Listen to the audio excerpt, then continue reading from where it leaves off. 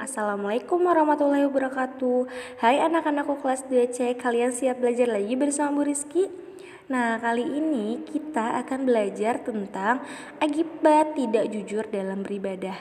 Nah, sekarang kalian duduk yang rapi ya dan simak pembelajarannya. Oh iya, sebelumnya kita sapa dulu yuk Kak Adib dan Adiba. Assalamualaikum teman-teman, bertemu lagi dengan Kak Adib dan Adiba. Nah teman-teman, hari ini kita akan belajar tentang kejujuran lagi ya. Teman-teman sudah siap belajar? Harus siap dong ya. Oh iya teman-teman, kata Bu Rizky punya cerita loh tentang kisah aku dan adikku Adiba. Yuk sekarang kita simak cerita berikut. Bu Rizky, ayo cerita.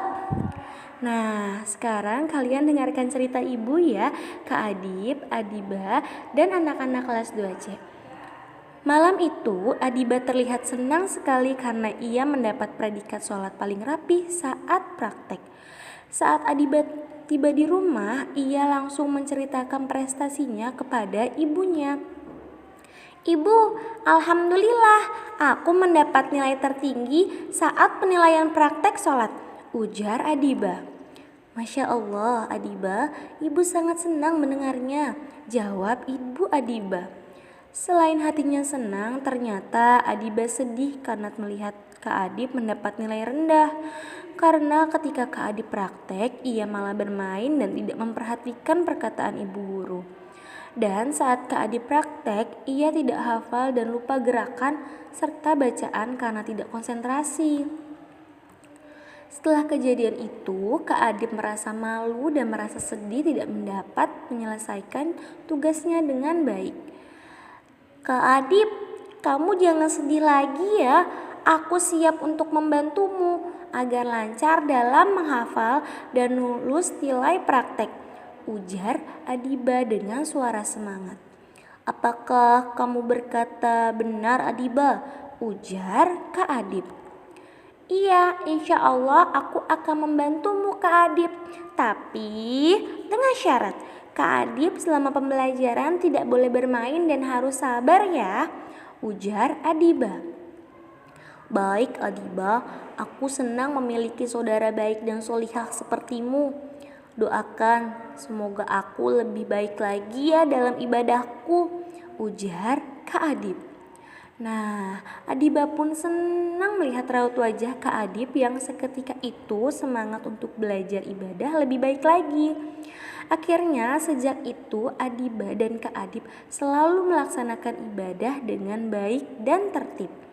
Sampai akhirnya Kak Adib pun mendapat nilai baik, teman yang baik, banyak disayang teman, dicintai guru, dan dihormati semua temannya.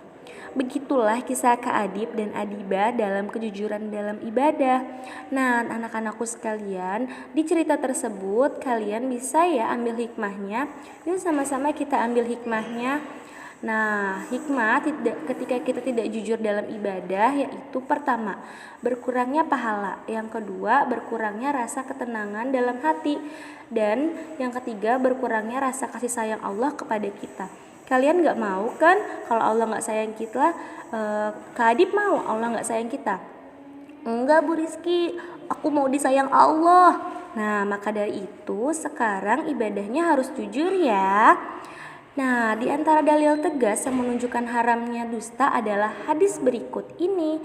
Tanda orang munafik itu ada 3. Dusta dalam perkataan, menyelisihi janji jika membuat janji, dan khianat terhadap amanah. Hadis riwayat Bukhari dan Muslim. Anak-anakku, ayo sekarang kita harus terus menerapkan sikap dan sifat jujur dalam diri kita, baik dalam beribadah maupun dalam kehidupan sehari-hari. Ingat, ibadah itu harus jujur ya anak-anakku.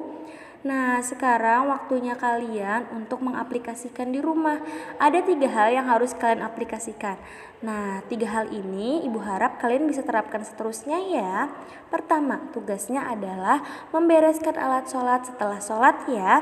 Yang kedua, membereskan buku dan alat tulis setelah belajar.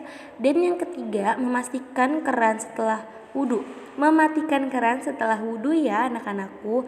3 hal ini nanti kalian mintalah bantuan orang tua kalian untuk mendokumentasikan lalu dikirim ke Bu Rizky ya fotonya. Nah, selain hari ini 3 tugas ini juga harus kalian lakukan mulai hari ini dan seterusnya. Siap dengan tugas ini? Siap dong ya. Oke, kalian harus terus menerapkan sikap dan sifat seperti ini anak-anakku. Ingat, ibadah itu harus jujur. Nah, terima kasih ya telah mendengarkan penjelasan Ibu tentang akibat tidak jujur dalam beribadah. Ibu harap kalian bisa mengambil hikmah dan dapat menerapkannya di kehidupan kalian sehari-hari. Wassalamualaikum warahmatullahi wabarakatuh. Selamat belajar anak-anak.